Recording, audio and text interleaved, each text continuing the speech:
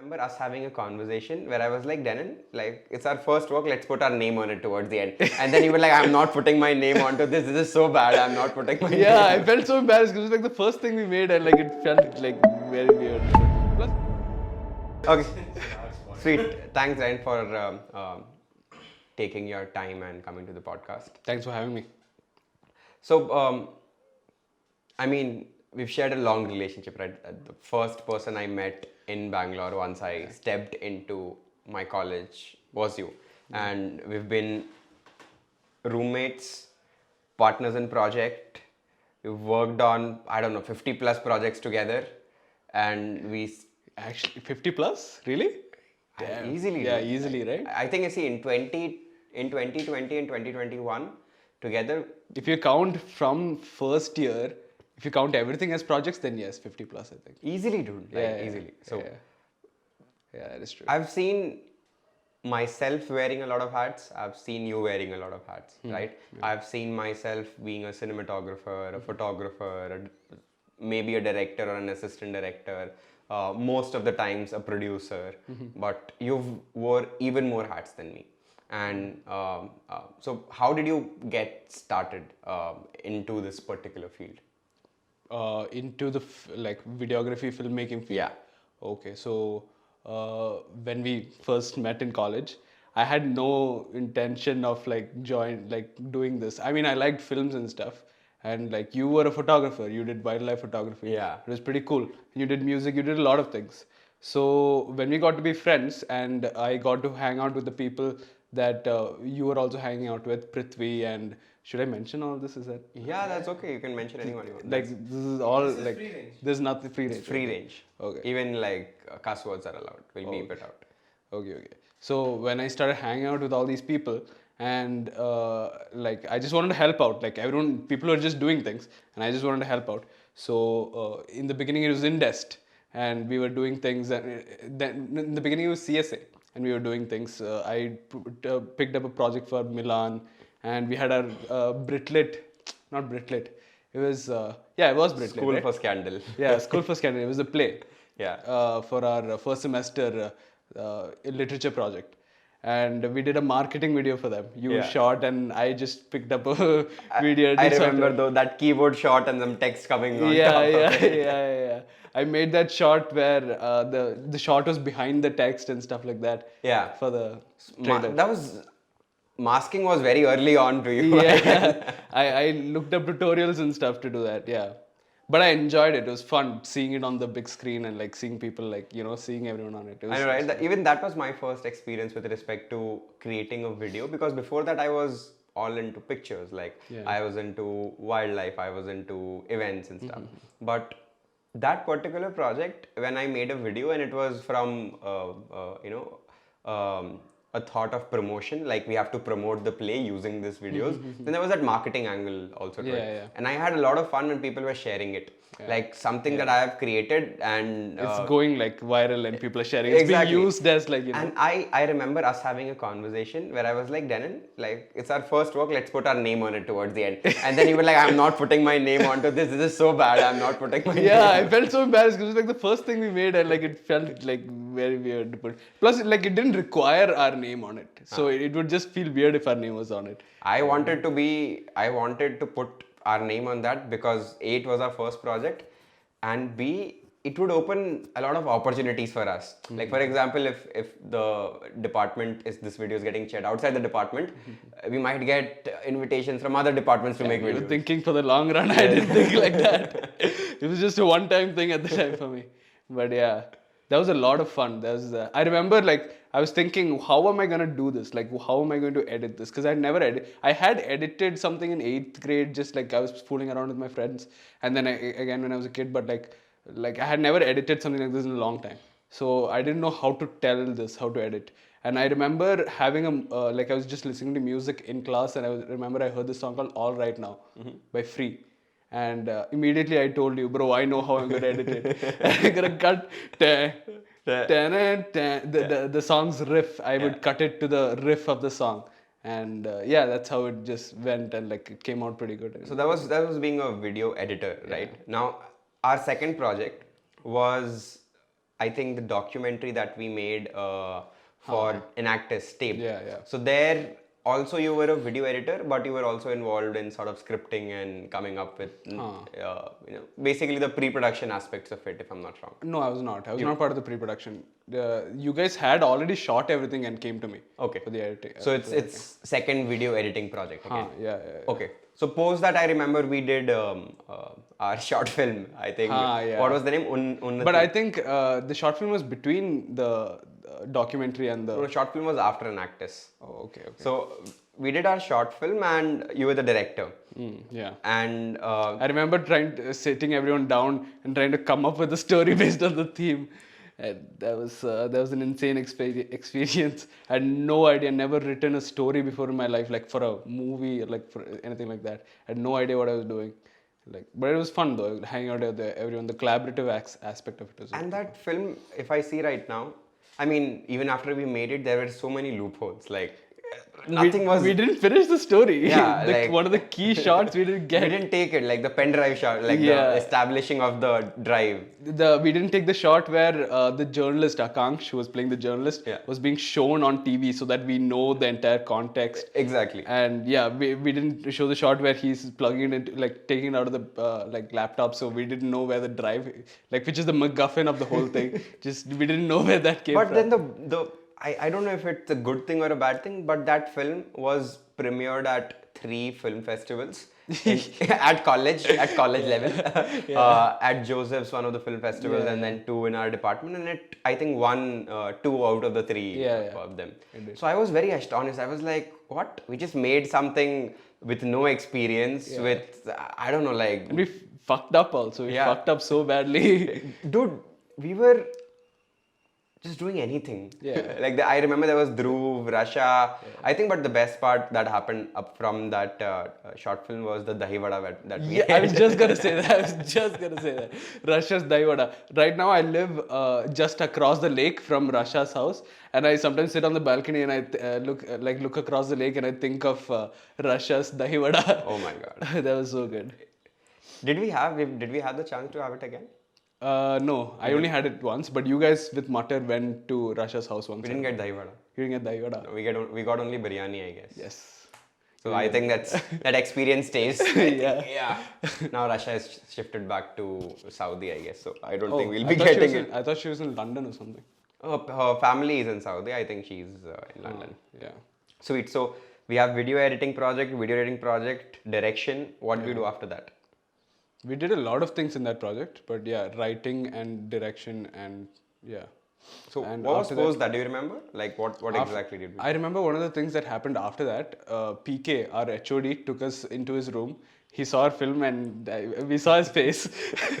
And he made us sit down and watch that... Arunachalam Murunganatham something. that Tamil movie. Yeah. It was from a famous director, Mani Ratnam. Yeah. Yeah, Mani Ratnam's film. But like that sequence he showed us was very cool, right? Yeah.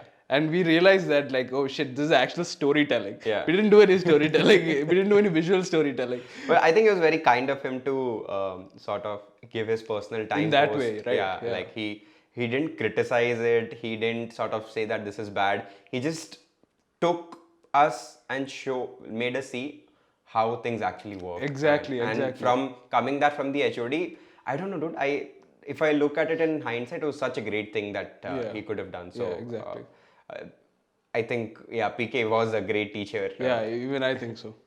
So that was our experience with. That was your particular experience with direction. Did you explore cinematography in particular? I mean, I never had a camera, and the only camera that I had played with was yours. And in college, so at that time I set up scenes. I mean, see, I was always into movies and stuff, and movies you always see like cinematography, and like I was so into movies that I and cinematography at that time when I was a kid, that I would look up like cinematographers and I would watch their entire discography, like not discography, filmography. And so I had the like I had the idea in my head that, you know, cinematography is pretty cool. Like I would love to do that someday. Like I would love that to create something like that at some point. But I had never thought of it as a realistic thing. I never thought I would buy a camera or anything like that. So at that point, when we were still editing films, directing, and running around doing all these things, I still didn't think that far ahead. I was thinking right there where I was standing. So yeah, so I always wanted to be a cinematographer. I still want to be a cinematographer, but like The amount of opportunities that you've gotten for being a cinematographer were less than being an editor or yeah, director. exactly. And I felt editing also, like it gave me a huge amount of satisfaction seeing a story come together and putting together the whole thought process and like seeing it, finishing it. Like I remember one of the marketing videos we made for Indest in the beginning. Like it was this, I wrote the idea, like the uh, Was it the, oh, I the remember. bad and the ugly one. Yeah. That Yeah, one, yeah, yes. I love that video till this date. exactly, because it was so tight and like well done, right? It was a Yeah. good idea. Yeah, but like today, obviously, if I edited that, I would edit it like way better, very differently also. But like the idea was there, and like seeing it come together was such a rush. Like it was really fun. I know, right? I think after that particular project with Indus, you were also the graphic designer there. Yeah, You were yeah. the script writer Out of necessity. out of necessity. Yeah. So, but But it was fun, like taking on all those, like that's what you mentioned, like taking on all those hands. So like I had never done graphic designing before. I think I did like some like school thing here and there. Oh yeah, some school stuff here and there. But like it was fun doing that stuff on Photoshop and getting to know the software. I still have your design ticket in Yeah, my room. exactly, which we were just Yeah. looking at. Yeah. And I still look at it and I remember, and I think, okay, like this was what's going. The reason I used that font was because I had this whole idea in my head that You Laugh, You Lose, the event which we were promoting, was like a face off between two people. Like, and what comes to your mind, like a face off, like a dojo, like a karate kid kind of thing.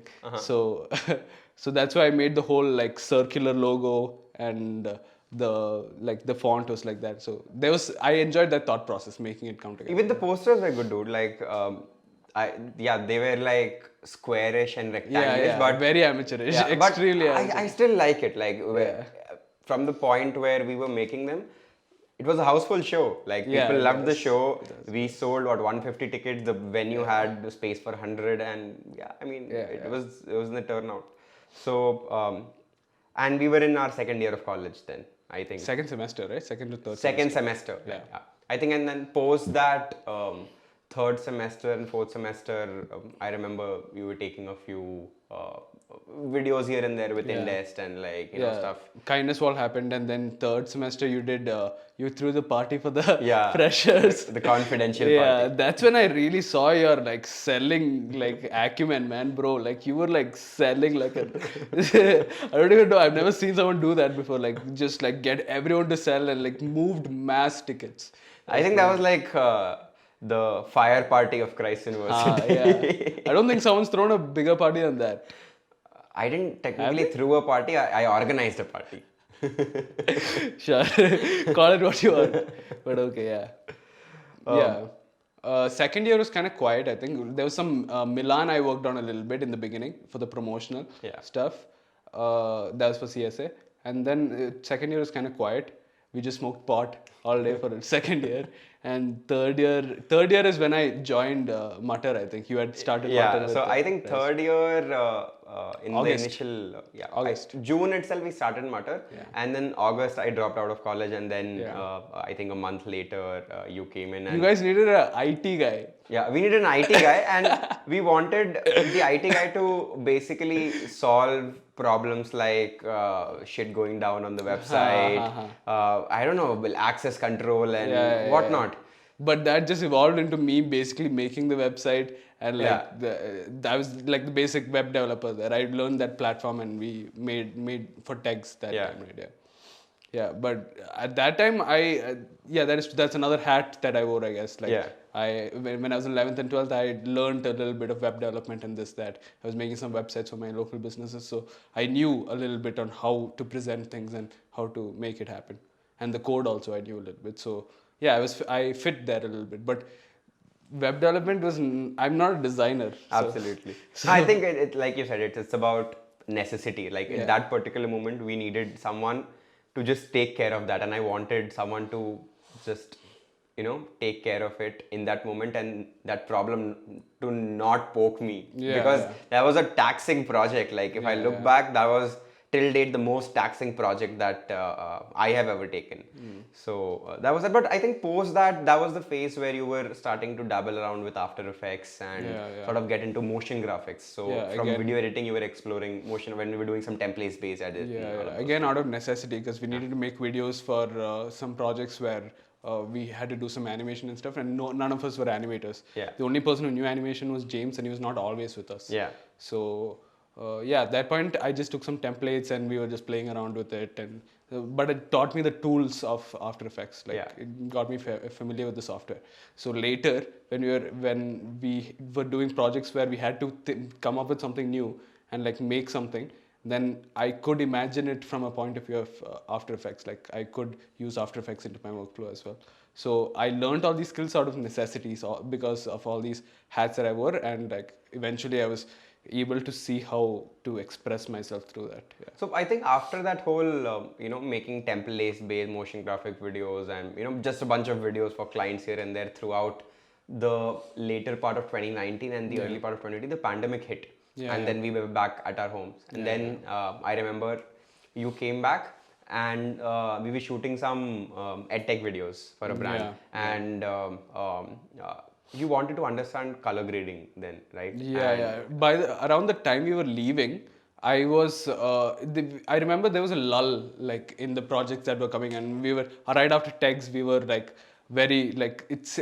I think around 3-4 months we were on working like insane people, like and right after that when everything was over, we suddenly didn't have much to do and it felt like really weird. Yeah. So we sat down, we thought about it, and in that time I think I realized that like I kind of like doing this. Like through the course of tags, I had also transitioned into making animation videos and stuff.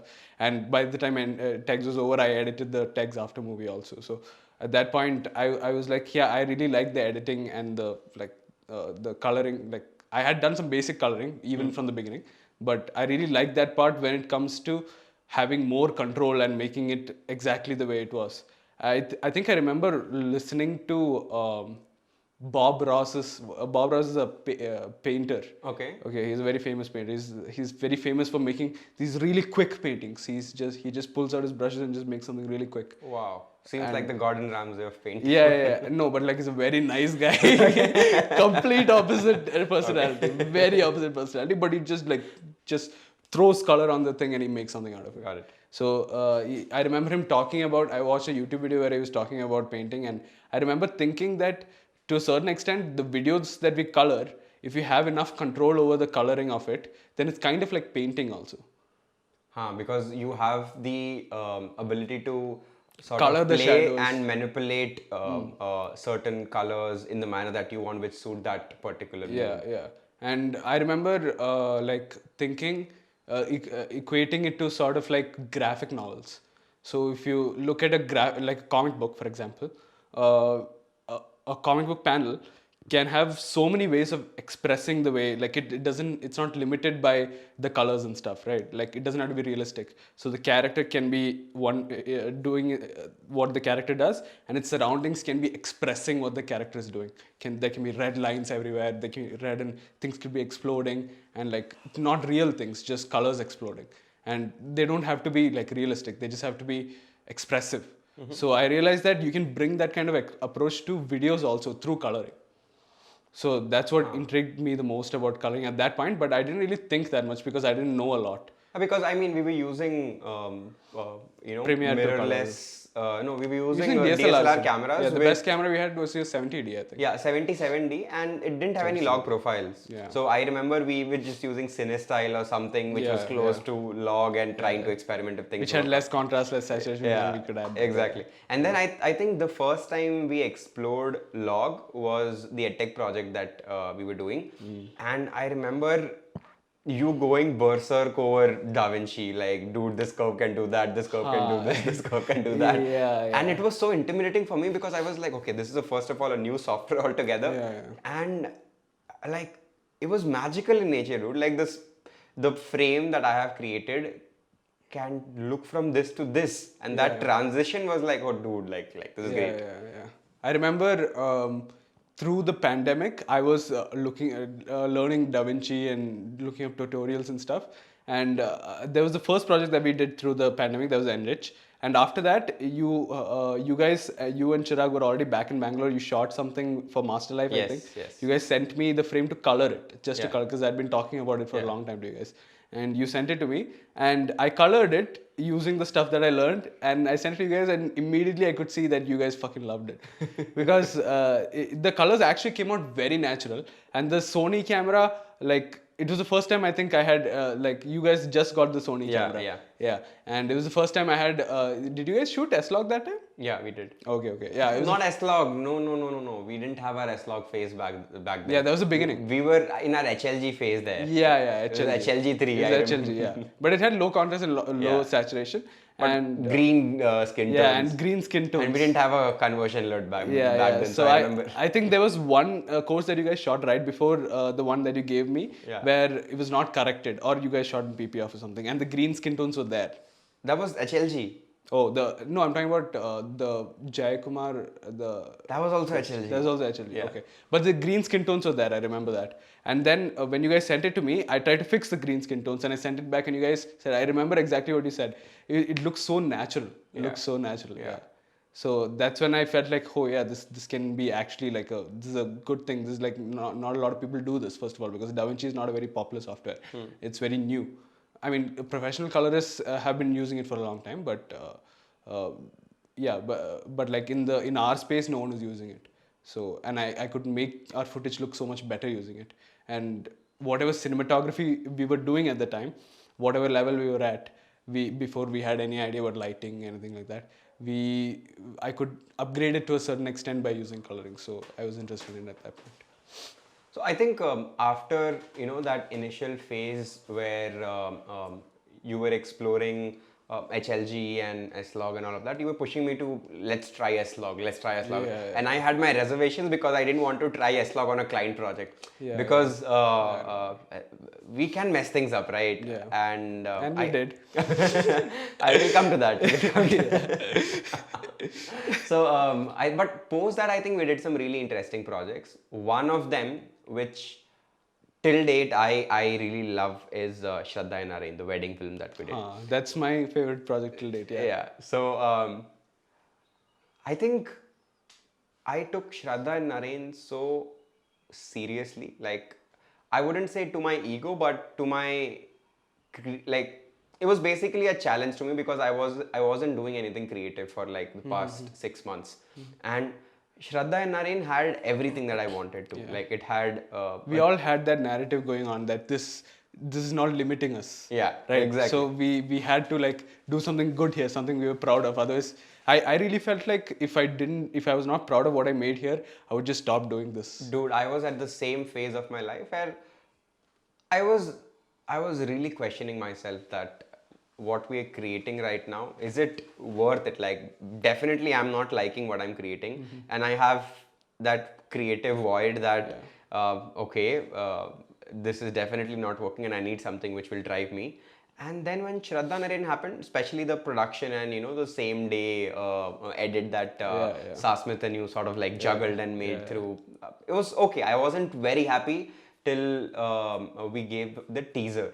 So when we were editing the teaser, and I remember I had to go outstation for something. And there was a weekend. Yeah, you and Chirag sort of sat together, and then that teaser came out. I remember that's the day you left that massive shit in the office. Was that day? Yeah, that's the day. I walked into the office. Users, don't cut this. I walked into the office and there was just that. Oh God! Are you serious? Yeah, that was the day. Oh my God! We had Chirag's mom's achar. Not achar. It was the chutney, dude. Chutney. Yeah, it was the red chutney, the garlic chutney. Shit. Yeah. But when I saw that coming to life, I was blown away. But I think right before that, one more interesting thing that happened was I was really pushing myself as a cinematographer. So I remember we had that shoot with Anudeep, at WeWork. Yeah. We were supposed to create 12 frames, but we created like 3 frames. But I loved those frames. Like the amount. I think that was the amount of time where we started collaborating on shoots, and you were taking the DOP approach, where like Because we were also learning about lighting a lot at that time. Yeah. Before we never even thought about lighting except to like put it there. Yeah, it's like you have the biggest softbox and the light, just put it as close as possible. There's a soft light. Once the soft light is there, just have the camera rolling. Exactly. Maybe some hair light. If we didn't think about arranging the light in a way that can make a suit the environment and stuff. Exactly. Like I remember this one particular frame where the subject is here. There's a window on the right, but the hair light is coming from the left. And I ask myself now, what was I thinking when? Yeah, exactly. Like when you see that back then also we could feel that something was off. We just couldn't tell what was off. But now we have the vocabulary to understand what was I think making those mistakes were important. Yeah. Because once you make those mistakes, only then you're able to sort of figure out the right set of things out of those. But that was Anudeep's was one. But I think where we actually messed up like big time was ZXP. The ZXP project. What was the full form? Zakaria X something. Paraya something. I don't think we should be naming the client, but cut that out. just bleep me. So this one particular project where we explored S-Log, and all we knew was that the skin tones or like the exposure has to be 2 stops higher than the general, you know. And I was checking the histograph and all of that, but I didn't know, and we were not using a conversion LUT back then. But we had a monitor. We had a monitor, but we didn't have a conversion LUT. Yeah, we were looking at the waveform on the monitor, but we were missing the most obvious shit that was in front of our eyes on the waveform. Exactly. Yeah, because we didn't know how a waveform worked. Exactly. But I think once that happened, and I think you had to put some, I don't know, 30 hours of color grading to make it right. I remember you put your, I don't know, life's worth into somehow salvaging that project, because we had hyped it so much. Like I remember telling Chira, oh, we made the best frames of our life and whatnot, because we were using some, we rented a SL200 and we put it as a sun, artificial sun. And it was a very good set also. We hadn't worked in a good set like that before. Yeah, we made artificial sun, like say, we tried that technique from some cinematography videos that we watched and stuff like that. Wandering DP. Was it Wandering DP? Yeah, Wandering DP. Okay. He taught us the artificial sun. So that happened, and I think post that the second pandemic hit, and there was this 15-day period when you were editing the main film of Shraddha and Naren, the 7-minute highlights. The 7-minute highlights film, and I remember us discussing the smallest of the things, the smallest of the pauses, the shots, the duration of the shots, and I think what we had towards the end of it blew everyone. It was beautiful. Like the tone was pitch perfect. Like everything was. Right now, when I look back on it, I feel like there are some things I could have improved. But like, I mean, overall, as an overall thing, I could have improved. Like there could have been an overall story and stuff like that. If we had spent like 5-10 more days, we could have made an overall story. We kind of did towards the end. We made the whole Ikigai thing. But we could have flushed that out a little bit more, I felt. I think we were also kind of tired looking at the same footage again and again, because we were looking at a TB of footage. So much footage. Yeah, we had to upgrade our RAM from 32 GBs to 64 GBs, for which we struggled in SP Road for so many days. The project wouldn't open, dude. It was just, I would open and then I'd just wait for 10 minutes for all the footage to load. Not just that, so that was the editing angle, right? For me, it was my first wedding film. Like, that was for me, right? And more than that, I really like Shraddha and Naren as a couple. Like their story, their chemistry, and I felt like I have to do justice to the story, because if I've taken a project, it's my first project, and I'm going to treat it like this is my own wedding film. And till date, whenever I watch it, I get goosebumps. So it's, I remember us transcribing all the interviews and just going through all the, and making character traits and then seeing how we can contrast things, and like we put a lot of effort. A lot of effort into it. I don't think wedding houses or wedding production films, they do that much. I don't know. Not normal ones. Not normal ones. Actually, the ones we look up to do, I guess. House on the Clouds. Yes, please. Hats off to you guys. But I think after that wedding film edit, that's when we changed the model, right? We shifted to an aggregator sort of a model. And after that, we didn't used to work on a lot of projects together, but one particular project I feel where, and I personally consider that project to be like a career changing project, was Spotlight. Yeah, definitely. So Spotlight was, you were the director, Yeah. DOP, and you can say the colorist, and I was sort of the production manager, the cinematographer, and sort of a supervisor. Just like we wear a lot of hats, we wore a lot of hats on the set also. We were like 4 or 5 hats per person. Yeah, exactly. Yeah. So I was talking to Garv as well about the same in the podcast that I recently shot with him. I missed it, damn it. And Garv was also like, so my pitch to everyone on the team for coming on board to that project was, this project will be the best projects of our life, and it will teach us more than we can learn, because I have the best people on board for this team. Yeah. And I think that's one of the best decisions I have made, because Ayush Giri's edit skills, his motion graphics, and it's just, you know, perspective of storytelling in a course Yeah. is phenomenal. Like, you Exactly. can tell stories in wedding films, you can tell stories in documentaries, but telling stories in a course is just phenomenal. I didn't expect that at all. When he sent that, I think course 3, which was just theory course.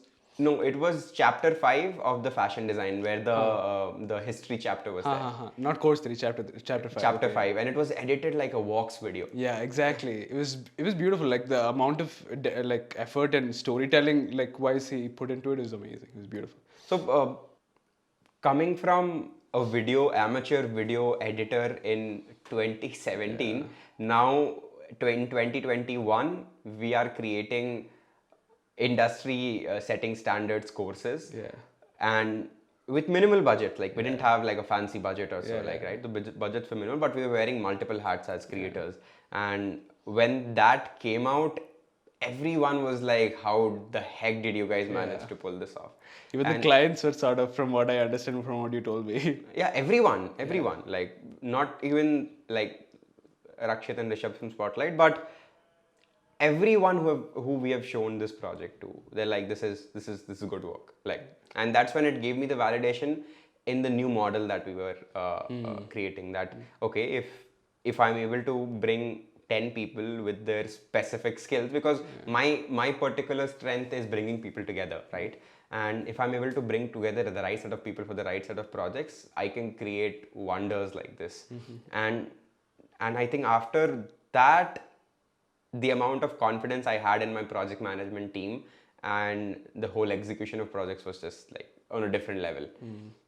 But I think parallelly, so what were the other projects that you were working on at that particular point of time? At that particular point of time, I remember I was just extremely busy and extremely overworked. I remember we went to Hyderabad for Spotlight, and those the 3 months period, I was so I came from a point where I didn't have a laptop or a device to edit on or a camera to shoot with. So my first goal was to buy a laptop, and I had my eye on one and I wanted to buy it. So I was just hustling a lot. I was working on a lot of motion graphics projects at the time. I was working on the Mutter PC only, on a lot of motion graphics projects, and so that's when I realized that the stuff that I had been doing earlier, like the hats I wore, I could use them as, like, you know, the skills I learned, I could easily sell them because they were pretty useful. They like I'm a very technical person when it comes to these things. So that kind of understanding of the software allowed me to create videos that maybe I wasn't that interested in, but like I had the knowledge to execute. So, and which paid well. So that let me get my laptop in the first place. So I remember you were doing some editing some gaming videos, right? yeah. There was this company called Loot Bear. Okay. And so the animator that we worked with, James, so he, this is for the benefit of the audience, he approached me to make videos for Loot Bear. Like, they're a skin trading company. So working with James, I learned a lot more in After Effects. I learned how to work with 3D assets, which came to use when we did the Amante video, Bra video. Oh, okay. That's why I knew how to do Element 3D. Now I'm connecting I the have told dots. you, Yeah. right? I didn't I'm the one who remember this I'm the one who told Chirag that there's a software called Element Element 3D 3D. that'll let me manipulate 3D objects in After Effects. Huh. So yeah, that's why that happened. So wait, let me just try to summarize. Amateur video editor, amateur director, amateur graphic designer, Yeah. amateur scriptwriter, then all those four things sort of coming into decent editor, decent motion graphic artist, Yeah. transitioning into good editor, and I think after that the whole kick for our direction and DOP, like specifically in the manner where you were composing frames, I think that was the part where things really like changed, like this Yeah. direction. That's when I realized that I don't just have to sit at a desk and do this. I can do more. Like I can actually do this. Like I can work on a set and I can get things done. Like I knew that I had an eye for things. Like I knew what I liked and what I didn't like. I knew that, but I didn't ever have the confidence that I'd be able to go on a set and like make it look like how I want it to look. So, but like working with you, like that really gave me the confidence of doing that because you trusted me a lot. You trusted me a lot. You trusted what I wanted to do. So that gave me the confidence to make like in my own like judgment to do that. I think more than the trust, Darren, I was coming from a point of synergy because you were complementing the skills that I didn't have. So I'm able to set up the frame, make sure everything is in place, all the lights, cameras, everything are charged. They were You have supposed no to. idea how much I have picked that up. Like I do my shoots exactly the way you do it now. Trust me, and it's so helpful. It's super helpful. It is. I mean, I think I personally learned that from Shrikant sir. Shrikant sir, yeah. Because the amount of dedication he has for packing and unpacking equipment is equivalent to him composing frames. Yeah. Because at the end of the day, that is your bread and butter. Yeah. If you do not respect the thing that is at the end of the day making you feel content, then I'm not sure you're not doing justice to your art. So I give things like packing and unpacking equipment as much importance as creating frames or like directing things. So, but I think overall, I really liked how us wearing these different hats over a period of time helped us come to the point where we are right now, because I don't think there's anything in the creative field that we haven't done. I mean, you've explored 3D stuff as well, Element 3D and Blender and like Motion graphics, a lot of stuff. Like for the past few months, I've just been doing motion graphic stuff. So what have you haven't explored? What I haven't explored is proper filmmaking, like going out there and like just shooting based on shooting and finding out like. So what I've been trying to do right now is get into a production house that does run and gun filmmaking. Run and gun in the sense that they know what they have to do. They have to go investigate a story and find a story from someplace, which we did sort of in Shraddha Naren, but we did it over the course of and they were very cooperative. It's a wedding. They're very cooperative. But I wanted to do it in a situation where you have to dig to find the story, and then you got to tell that story. Interesting. So something like a TV series on OTT? TV series. I was very inspired by like when I was a kid, I used to watch Vice and all these things. So I was very inspired by Vice, and I still want to join Vice, like Vice. If you're listening. that was your plug. Yeah. The whole podcast. In case, yeah, that's the reason I'm here. So that's what my life has been leading. Anyway, so yeah, so I wanted to do that kind of storytelling. That really intrigues me. But more than that, I want to provide my eye for cinematography, my ideas for cinematography, to lend it to a story that matters. So working on Shraddha Naren gave me a taste of that. Like working on the coloring, I would say, was part of working on cinematography. So doing that just gave me the like solidified in my mind what I really I think want. more than that, it was about the creative freedom. Yeah. And because you don't get that most often in client projects, Yeah, yeah. right? You have to struggle to make the first 5 seconds How many hours interesting. have we sunk into stuff that no other production house would have Yeah. sunk those hours in? Yeah. Like coloring, no production house really does that properly. They just slap a lot on it. Exactly, exactly. So I think for us, it was also more from the point of view of exploring that hat Yeah. rather than doing it because we're getting paid for that. I don't think we've ever sort of done justice to the sort of money that we're getting on a project, because every single time it has been over delivering on some aspect or the Yeah, other, yeah. until unless some project went really south. Because we were always, I was always experimenting with every project because I was still learning like from an amateur level in terms of color. So I was experimenting on every project. I remember Dodo, we had like a very short timeline and it got extended by a week or so. Yeah. Because I was just experimenting and experimenting. I really loved the grade that came out of it, and I The think, garden shots, right? Yeah, the park shots. That I think those grades are like very beautiful, but it cost a lot of time because I was experimenting on every project that was coming. Yeah. Yeah. I think those are the calls that I think you have to take at the end of the day as a creator, because your time is your money, and Yeah, every single hour that you're spending into something takes away that much amount of money that you might be getting out of Exactly. So for the past 6-7 months of freelancing, that's what I've been trying to do. Just like get my projects in a state where like I can manage them. Like if I predict that I'm going to spend 4 hours on a certain animation, it's going to take 8 hours or more, for some reason or another. I don't know. Because as I'm doing it, always in my head the scope changes. When I realize, oh, this is a possibility, something else is a possibility, I immediately increase the scope. So I had to learn to cut that down, because I was working for this company called Loot Bear that had a steady cycle in which they had to deliver their videos. So for several months, I had to produce videos on that cycle. So I couldn't just go ham on it. So I had to cut it down. So in the future, do you see yourself wearing more hats, or would you want to explore the hats that you wore already?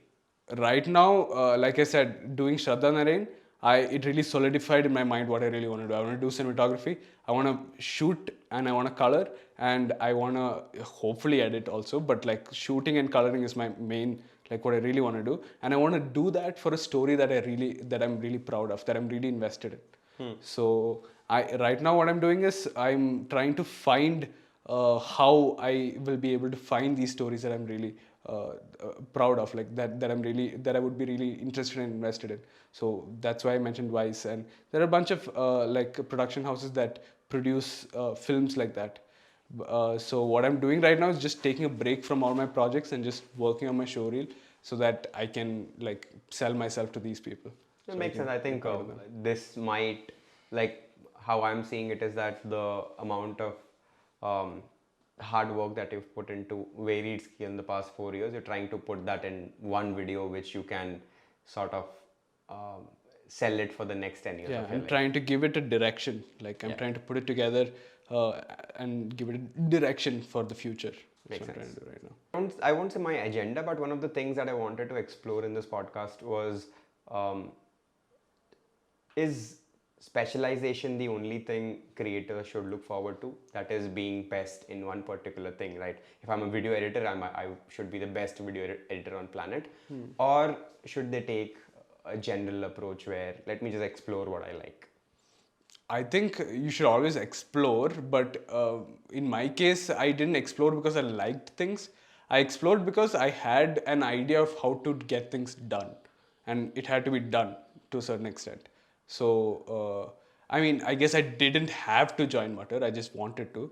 So, in that sense, I guess, yeah, it's because you want to do it, but not the minute things that you do, right? I didn't want to become an animator, but I never saw myself becoming an animator, but I really like animated films, and I have seen how animated films, and I'm fascinated by animated films as well. And I would like to use animation to a certain extent in the stories that I tell. Like I like how it supplements the things that I would like to do in the future. Like I can see how it would supplement the things. So I guess I picked it up. I picked it up, I learned the skill, and as I learned the skill, like I said, I'm a very fairly technical person. So I enjoyed the process of like learning the software and like all that I learned, like from an engineering perspective, purely from the software perspective. I enjoyed that. So because of that, because I had these tiny interests which kind of worked to serve the greater purpose, which was at that point Mutter and before that Indest, because they serve those greater purposes, I kind of grew those skills. And since I grew those skills, I was able to evaluate at one point what I really liked and what I didn't like. And working on Shraddha Narain, like I said, I keep coming back to Shraddha Narain. Working on Shraddha Narain really solidified what gives me the kind of satisfaction that, like, that was a high that I hadn't gotten before. Like seeing the like look on Shraddha and Narain's face as they watched that film, that was like incredible. Unparalleled. Yeah. Right? And that too from a person who is so picky about every single thing in her life, right? Yeah. And wedding film would be like I was so nervous. one of the topmost things that Yeah, she in would their be life, looking yeah. forward to. Exactly. And if we were able to make Shraddha happy with our first attempt, then I think we deserve a pat on our back, Yeah, right? exactly. And more than that, I was proud of what I had made. I was proud that what I had made had made her happy. Like my vision for her, the way I told her story made her happy. Like it made sense and it made her happy. So at that point I realized that this is how I can tell a story. This is how I can do this. This is like I can use my judgment, my storytelling skills to tell stories like this through my cinematography, through my coloring, through the way I choose what songs to use. Like for example, the teaser that we picked. When I heard that song, Latte Di Chadar, I could see the sequence in my head. So I immediately knew what that song should be, what story that song should be telling. So I knew that skill I had, and I could immediately see for some reason, even though I couldn't see how my previous hats could be, used in the future. Somehow I could see that skill is very valuable. For the benefit of the audience, you don't know how to speak Hindi, and you heard a song like Latte Latte Di Di Chadar Chadar. and trying to sort of. Oh yeah. But I got the meaning of the song. That's the thing about music, right? Like it's like you just hear it and like you get it. Yeah. Yeah. So so I knew that skill would be very useful. So right now I'm in a phase where I am trying to go all in on that skill, trying to use all my other skills to supplement that like and move that in the forward direction. And I think that is something that like i I kind of feel if I didn't do that I would be unsatisfied. Like I wouldn't feel like I would have reached my full potential, because I think that skill has a lot of space to grow. I agree. If in 2020 Shraddha Narain was something that I love, in 2021 it was Spotlight, and I'm really looking forward to see which project which is coming my way in 2022 Yeah. makes me feel the same Same way. thing, right? Yeah. So I agree. I'm looking for that project, manifesting it to come. What I enjoyed about Spotlight was we kind of had like a playground. Yeah. And we could just make whatever. We had a bunch of planning. We pitched a bunch of ideas to Rakshit and Rishabh, and we kind of fought for it also to a certain extent. Yeah. And making it happen was pretty fun, I remember. Yeah. So some of the ideas were kind of stuff we've tried before on a new scale. Yeah. The black screen thing. Yeah. And some things were just put together because one of my favorite frames that we made was just put together because it was the last frame and we didn't have any time left. Which one are you talking The about? last frame, the second day frame. Which course? Three? The first course, fashion shoot. Oh, fashion shoot, the second set. Second set, yeah. Yeah. Oh, yeah, I remember. So The red set. yeah, right, sir. I think for me, the frame that I was sort of fascinated with was the modern art first floor sofa set. modern art, first floor, sofa set. We were all dead. We had to make a set like within like I don't know 15-20 minutes. I look good. Yeah. And we tried like 4 looks in that set Yeah, with yeah, like yeah. one night look, morning Yeah, look, yeah, and whatnot. exactly. And I was like, damn. And I remember seeing the photos come out of your phone and thinking, oh, these are some pretty good color grading ideas. Yeah. Some good color contrast were there because Yeah. we went to the window thing, Yeah. window lighting. Yeah. Cool. I think to give away from this podcast, like to our listeners. I think we just talked about a lot of things without a lot of structure. No, so the structure that I particularly was following was hats, right? Yeah. And I want like this general sort of motion graphic to go in the whole video where like there's Denin, his face, and the hat, and it's written like whatever from 2017 to 2021, and that's the sort of perspective I want to take. Okay, That no matter what hat you wear, at the end of the day, what matters is which hat feels the most comfortable and where you want to explore things. And how you use all the things that you picked up while doing that thing what you were doing. Yeah. Yeah, I think eventually all, like whatever you do, like up to a point, if you're someone who's trying to do something, eventually what you choose to do will reflect what you've done in the past anyway. So that's a natural growth of things, I would say. Like if you don't follow that natural growth, I would say you would be very unsatisfied in your life. So if that is your natural growth, then eventually you have to look back at your past, see what are the different things you've done and what are the different things you've learned through those things, and see how you can put those things to use to a greater purpose, to some part of yourself that can grow like in the future.